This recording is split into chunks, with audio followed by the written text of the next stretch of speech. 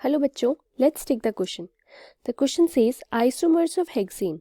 हमें isomers of hexane दिए हुए हैं, उनकी ब्रांचिंग पे बेस्ड है। ठीक है, बोला है कि ब्रांचिंग के हिसाब से अकॉर्डिंगली हम उन्हें 3 डिस्टिंक्ट कैटेगरीज में डिवाइड कर सकते हैं। तो यहाँ पे हमें 3 स्ट्रक्चर हैं, ये है 1 2 3, और हमसे बोला है कि the correct order of their boiling point is, यानी कि सबसे ज़्यादा बॉइलिंग पॉइंट किसका होगा ये हमें बताना है। ठीक है, और इसी के ऑर्डर में हमें इसको अरेंज करना है।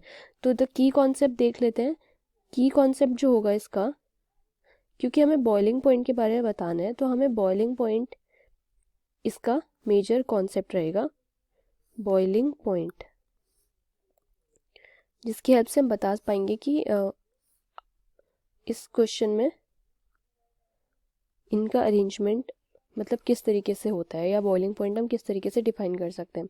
तो देखो, बॉइलिंग पॉइंट बताने के लिए ना मेन चीज़ होती है कि जितना ज़्यादा ब्रांचिंग होती है, देखो ब्रांचिंग जितना ज़्यादा होगी उतनी ही कम क्या होता है, सरफेस एरिया होता है।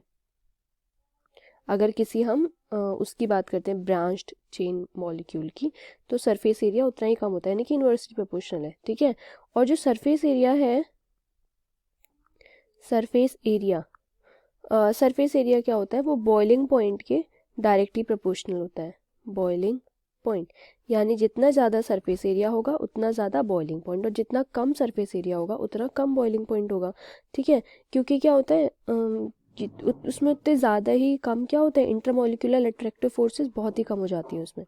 इससे हम देख सकते हैं जो ब्रांचिंग हमारी फर्स्ट ऑप्शन में सबसे ज़्यादा है, देन सेकेंड ऑप्शन में, एंड देन थर्ड ऑप्शन में। अब क्योंकि ब्रांचिंग ज़्यादा होगी तो सरफेस एरिया कम होगा, और सरफेस एरिया कम होगा तो बॉइलिंग पॉइंट भी कम होगा। ठीक है, तो इसका मतलब जो इनका ऑर्डर आएगा दैट विल बी, ब्रांचिंग सबसे ज़्यादा किस में, फर्स्ट वाले में, देन उसके बाद सेकेंड वाले में, and then we have branching सबसे लीस्ट जो है वो है थर्ड वाले में।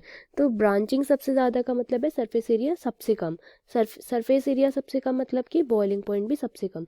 तो हम कह सकते हैं कि यहाँ पर ब्रांचिंग लीस्ट है, इसलिए इसका बॉइलिंग पॉइंट मैक्सिमम है। सो ये वाला ऑर्डर जो शो कर रहा होगा जो option, that will be our answer. तो इसमें से हमारे पास है option B, that is showing the correct answer, and hence we can say this is the order of arrangement of boiling point, कि increasing order of boiling point. यहाँ पर हमारे पास सबसे ज़्यादा बॉइलिंग पॉइंट रहेगा थर्ड वाले ऑप्शन में। And this is our final answer. I hope you understood. Thank you students.